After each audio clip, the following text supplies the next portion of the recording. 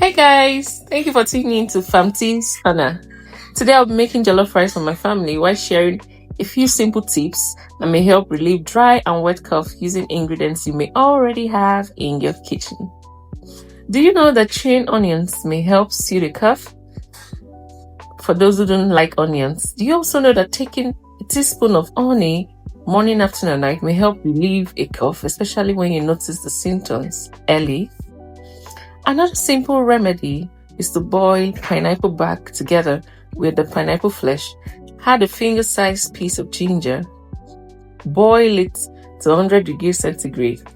Allow to get to cool a bit and drink it while it's warm. Don't forget to also squeeze in some lemon juice or lime juice into the pineapple juice you have just boiled and drink.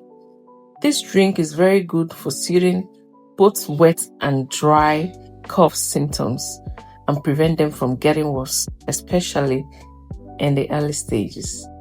I hope you guys find these tips helpful.